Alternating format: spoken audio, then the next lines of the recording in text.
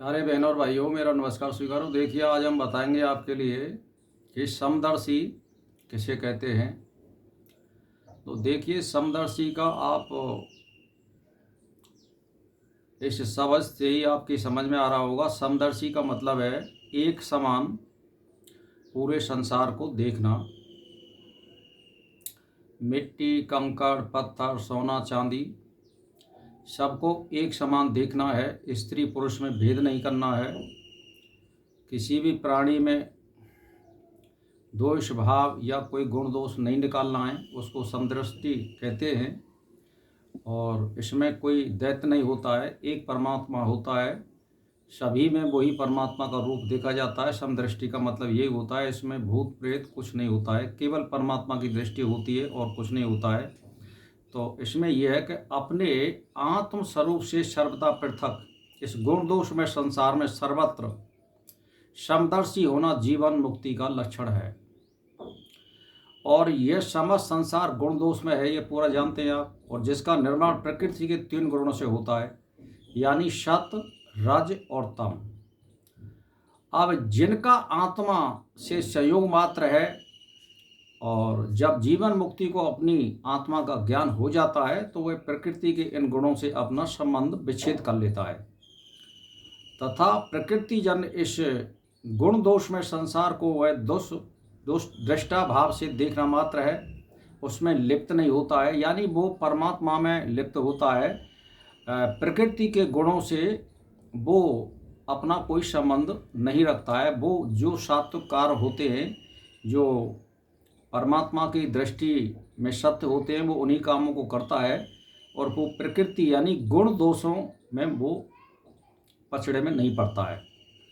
तो कहने का मतलब ये है कि यह जान जाता है कि गुण दोष प्रकृति के स्वभाव के कारण है, इन्हें दूर नहीं किया जा सकता। आत्मज्ञानी ही इसे मुक्त रह सकता है।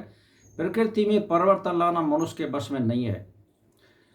और अपने नियम के अनुसार कार्य अवश्य कर सकता है, यानी वो अपना कार्य अपनी मर्जी से कर सकता है। प्रकृति के गुणों में कोई भी कार्य या कोई हस्तक्षेप नहीं कर सकता। जैसे गर्मी पड़ रही है तो उसमें आप कोई परिवर्तन नहीं कर सकते, सर्दी पड़ रही है तो उसमें कोई परिवर्तन नहीं कर सकते, वर्षा हो रही है तो आप उसमें कोई परिवर्तन नहीं कर सकते। यहाँ तक यह है कि अपने शरीर में भी आप अपने स्वभाव पर काबू पा सकते हैं, लेकिन स्वभाव को बदल नहीं सकते हैं।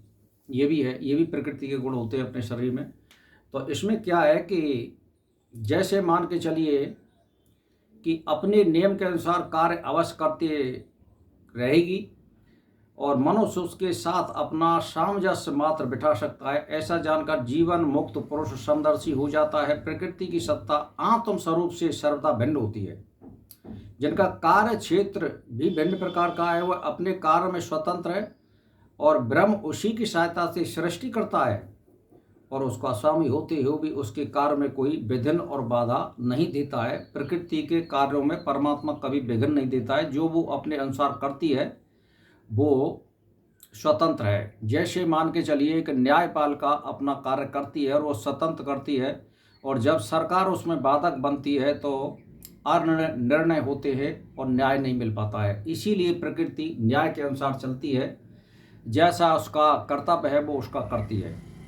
तो वह उसका स्वामी होते हुए उसके कार्य में विधि विधान में कोई हस्तक्षेप नहीं करता है। परमात्मा वह अपना कार्य करने में पूर्णतः स्वतंत्र है। इसी कारण उसकी सत्ता स्वतंत्र मानी गई है, जो अनाद है, किंतु मनुष्य उससे मुक्त हो सकता है, उसके प्रभाव से बच नहीं सकता। इसीलिए वह प्रकृति के द्वारा उत्पन्न सुख और दुखों को सहन करता हुआ समदर्शी हो जाता है। जैसे मान के चलिए कि वो सर्दी पड़ रही है, गर्मी पड़ रही है या कोई शरीर में पीड़ा है, वो दुख नहीं मानता है, वो उसको सहन कर लेता है और वो कोई प्रतिक्रिया व्यक्त नहीं करता है। समदर्शी का मतलब ये होता है इष्ट अथवा अनिष्ट वस्तु की प्राप्ति में समान भाव रखने के कारण दोनों ही अवस्था में चित्त में कोई विकार न होना जीवन मुक्ति पुरुष का लक्षण है।